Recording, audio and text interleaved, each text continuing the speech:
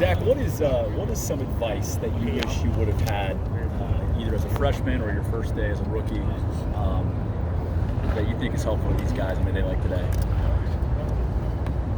You know, your purpose is to be the best football player you can be and help the team. And all the things off the field that go into that, sleep, eat, you know, spend your time making sure you know the playbook inside and out. And yeah, that goes with the job, but if someone had told you 10 years later, like, you maybe didn't make the team because you didn't invest as much time as you could have off the field getting yourself ready, you know, I think those little discipline things can really make the difference early in a guy's career, and the guys that get that earlier than some other guys, that can be helpful, and that's one of the things we try to communicate to these guys. How much do you notice that on day one, guys that come ready? I know it's hard probably because you just met them, but it's hard because you're trying to get a feel for the personality. Some guys, it can give you that impression, you know, but it's really going to take some time to really get a chance to know these guys inside and out. And I think through the end of their offseason period, you got a pretty good feeling about what a guy's about and how disciplined he is and how quickly he can help the team. What do you want to see from a guy on day one? I think the energy is good, just receptive to the coaching, listening, doing things the way we want it done. It's not always going to be perfect. There's going to be things you want to correct and get better. And again, it's just not making the same mistake twice. So that's what we're talking to these guys about. Hey, get great sleep this weekend. Make sure that Monday when you show up, you can make a strong impression not only on the coaches but on your veteran teammates as well by being attentive in meetings, you know, being in shape when you show up for practice. And those days have passed now. You're either in shape or you're not right now, so we'll find out on Monday. So essentially, Zac, it's orientation. I mean, it's a glorified football orientation. Right. I think our rookie minicamp has scaled back over the last 10 years for sure. Right. To where now it's just a brief, get out here with your teammates, get a chance to interact with your coaches for less than an hour. Get a chance to see the city a little bit over the course of the weekend, and then Monday you're right back in the thick of things with all of our veterans. Is there something to be said for learning to stretch, do the little things the right way, like you said, the way you guys want it done? Yeah, I think the body maintenance, you see a lot of our guys, how early, the way our building's set up. You know, I always see an hour before practice starts, Trenton Irwin in there getting his body right, you know, for practice. A lot of guys fit that description, and I think that's one of the discipline things that the veterans have learned. Young guys typically learn that. You know, some of them learn it sooner rather than others, but it's a good thing to learn all that stuff quickly. What was your take on the schedule release yesterday? Would you make early impressions of it? It's the schedule. We knew who we were playing. We knew where we were playing them. So again, it's exciting to see who you're going to play early. Divisional game to open it up. You know, get a chance to put our best foot forward early in the season. It'll be a great matchup versus a great team.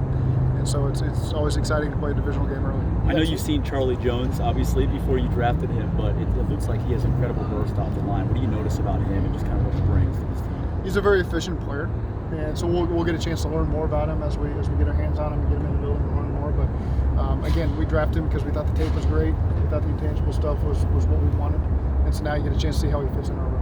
Coach, talk about the different level of excitement. Can you describe the feeling, you know, following the draft? Is it a different type of feeling that you guys have from, you know, the start of week one to, you know, hey, we got these new guys in the building, we're ready to get them going? It's exciting to get our players on. You know, we haven't put our players in the field yet until Monday, so whether it's a rookie or a veteran. I think that's the excitement for us, just getting back into the team. This is the 2023 Bengals, and get a chance to see what we're being about. And we're starting from scratch. You know, we're starting over with the chemistry, the camaraderie, the scheme, and I think that's what's exciting as a coach. What'd you guys like about Hayward out of Duke? What'd you guys like about Hayward? Shaka? You know, I think with a lot of these guys, just how they're going to fit in that room. With a lot of young guys, can they contribute on special teams early? You know, and so again, those are some things that we'll be looking at. When you're evaluating the guys for the are you more concerned with football things? I mean, some guys have football IQ, other guys not overall IQ, and vice versa. I mean, you're more interested in football IQ. Yeah, but there's plenty of guys out there that maybe score low on a test. They get out here and they can retain football, you know, as well as anybody. So we'll make those determinations once we get in the meeting room and how quickly they can take it from the meeting room to practice. And again, we don't give them a playbook and expect them to play a game 3 days later. There's plenty of time there to do it, and so we've got our process that we follow that we think is good.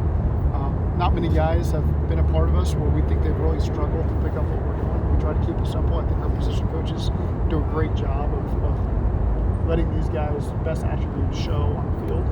And so we take great pride in that. Big part of this, Zach, obviously, is the rookies getting to know how you want things done. What about your staff getting to know the players and what they're all about? How important is that? Well, I think what's important is our staff continuity is there, and so everyone knows what we expect from each other and what our process is, and so you get a chance to quickly just turn your attention to these players and learn everything you can about them. I think our scouts do a great job with the background information, so you feel like you know where these guys are coming from and what they've been exposed to, and so now we just see how quickly we can integrate them into our way of doing things. How different is this from the first rookie mini camp in Miami? How, I mean, you worked all weekend, right? Didn't you? You remember what it was like, that first rookie mini camp? Yeah, the first rookie mini camp, we didn't have enough linemen, so my brother-in-law played left tackle for us in the walkthroughs against Olivier Vernon. It was a bad matchup offensively. But that's the way of what you guys actually lined up? Yeah, right? back then, yeah, you really had probably 4 or 5 practices. I think we had a Friday practice, we had 2 days on Saturday, and this was everywhere. 10 years ago, and then maybe 1 or 2 on Sunday. Sometimes you cancel that second Sunday practice, but there was a lot to it. Same with the mini camps, and so I think it's kind of evolved a little bit over the years. Did you give him help on Vernon? No, he was on his own. And, it was just rolling through. You mentioned like the coaching continuity. How unique is it having a Clemson guy like Marion Hobby coaching a Clemson guy like Miles Murphy? Well, there's a lot of Clemson guys in the league, and so the chances of Marion coaching Clemson guys is very high, and particularly a lot of defensive linemen. With DJ Reader in here as well. And so there's plenty of guys we've interviewed over the last 3 years at the Combine that Marion has recruited and coached. And so that speaks a lot to Clemson and the job that they've done, obviously compete for championships, but even more so the defensive line that they've continued to put through there. And we're fortunate to get one of them in Miles. How did Miles look today? What stood out about Miles, just first impressions in minicamp? I thought he was in good shape, for the first day. Again, we're not out here very long, but I could see, a bright-eyed guy that was ready to learn and get after it. Going back to the schedule a little bit, you got Buffalo, primetime, Kansas City late in the season, and a national window spot. What are your thoughts on kind of getting those kind of marquee games, those marquee matchups, and those good windows? Yeah, that comes with the territory. We take great pride in being a team that people want to watch, and so we've got expectations to live up to that way. We got to put our best foot forward, but we expected to be in some good situations there where we enjoy playing those types of games. You never know where they're going to fall on the schedule. They're kind of all over, but it's exciting for us and for our fan base. What's the team like about the primetime games? Y'all have had a good amount of those the last couple of years. What does your team make? I think any competitor, whether you're in college or pros, you like those primetime games and being the only standalone game on TV, and our guys take a lot of pride in that, and I think that they've performed well over the years in those situations. How much significance, Zach, to opening with 2 divisional games back to back? Probably one of the first times I've done that, I would think. It's you'll find out real quick. If you're putting yourself in a great position to start the season, putting yourself in a hole to start the season, putting yourself in a medium level to start the season. But our focus is really just going to be on Cleveland week 1 and putting our best foot forward there. Coach Ted told us a story the other day about his first day of rookie minicamp. He was doing high knees and jeans in front of Bill Belichick. He probably fought somebody, would be my guess. It's Ted's first day. Go ahead. I don't think you have anyone doing that out here today, but did anyone make that type of first impression for you?